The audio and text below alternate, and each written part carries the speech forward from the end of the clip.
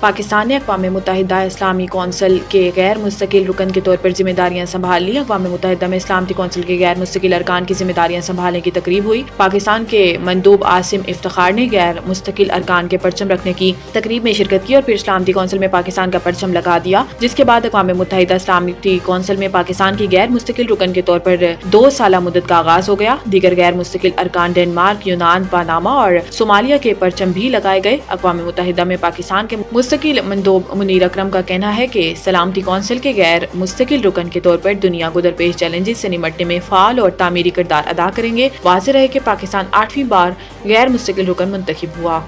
مذاکرات خان کے حکم پر شروع ہوئے، کیسے کرنے ہیں وہی فیصلہ کریں گے۔ گنڈاپور گزشتہ روز حکومت اور پی ٹی آئی کے درمیان مذاکرات کا دوسرا دور ہوا۔ پی ٹی آئی نے تحریری مطالبات پر عمران خان سے مشاورت کے لیے مزید وقت مانگ لیا۔ مذاکراتی کمیٹی کے اجلاس کے بعد صحافیوں سے کی گئی گفتگو میں علی امین گنڈاپور کا کہنا تھا کہ مذاکرات کے لیے کمیٹی بنی ہے تو لگتا ہے کہ وہ مسائل کا حل چاہتے ہیں۔ میں بیک ڈور والا نہیں، کھلی کتاب ہوں، بیٹھ کر جمہوری طریقے سے معاملات کو حل کرنا چاہیے۔ کرم واقعات میں علی امین گنڈاپور کا کہنا تھا کہ کرم واقعات آج کے نہیں 50 سال سے چلے آ رہے ہیں، تاہم معاملات کو کچھ اسلوبی سے حل کر لیا گیا ہے۔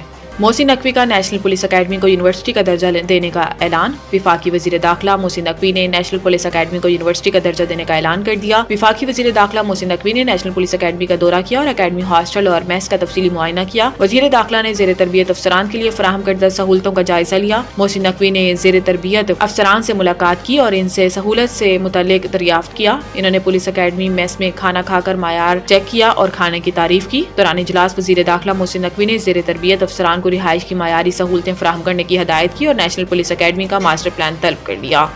اسلام آباد ایئرپورٹ کی نجکاری کے لیے فائنینشیل بڈ، ترک کمپنیوں کی بڑی پیشکش۔ فائنینشیل بڈ کھولنے کی تقریب کراچی میں Pakistan airport authority head quarter میں ہوئی، جس دوران بڈ میں شارٹ لسٹ ہونے والی واحد ترک کمپنی نے حصہ لیا۔ ترجمان پاکستان ایئرپورٹ اتھارٹی کے مطابق کمپنی نے اسلام آباد انٹرنیشنل ایئرپورٹ کی آمدنی کا 47.25% حصہ دینے کی پیشکش کی ہے۔ پی اے ذرائع کا بتانا ہے کہ ترک کمپنی کی پیشکش کے جائزے کے لیے ٹرانزیکشن ایڈوائزر IFC میں بھیجی جائے گی۔ IFC اپنی جائزہ رپورٹ 9 جنوری تک PIA کو پیش کرے گی، تاہم ترک کمپنی کی پیشکش کی حتمی منظوری وفاقی کابینہ دے گی۔